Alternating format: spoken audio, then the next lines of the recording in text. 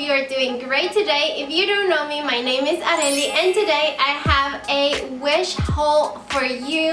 Wish is an app or a web page that sells clothing, houseware, and like weird stuff, like everything that you can imagine. But the trick is that it's like very low price, or sometimes it's almost free, and all you have to do is pay for the shipping. But the tricky thing is that you can get something completely different than what it was advertised at the webpage. So this was my first time, my first experience, and the only things I ordered were clothes. So I'm gonna show you in this video the picture of the advertisement or the product that I saw when I ordered it online and what I actually got in the package once it got to me. So some of the things I did like them, but most of the things were either too big, or the quality wasn't good, or I just simply didn't like it, or it didn't look as it was shown in the picture, and I'm gonna end up returning them. So I'm gonna show you in the video what are the things that I'm gonna keep and what are the things that I'm gonna end up returning. So if you wanna see all the things that I got and to see if it really looks like they advertised it, just keep watching the video.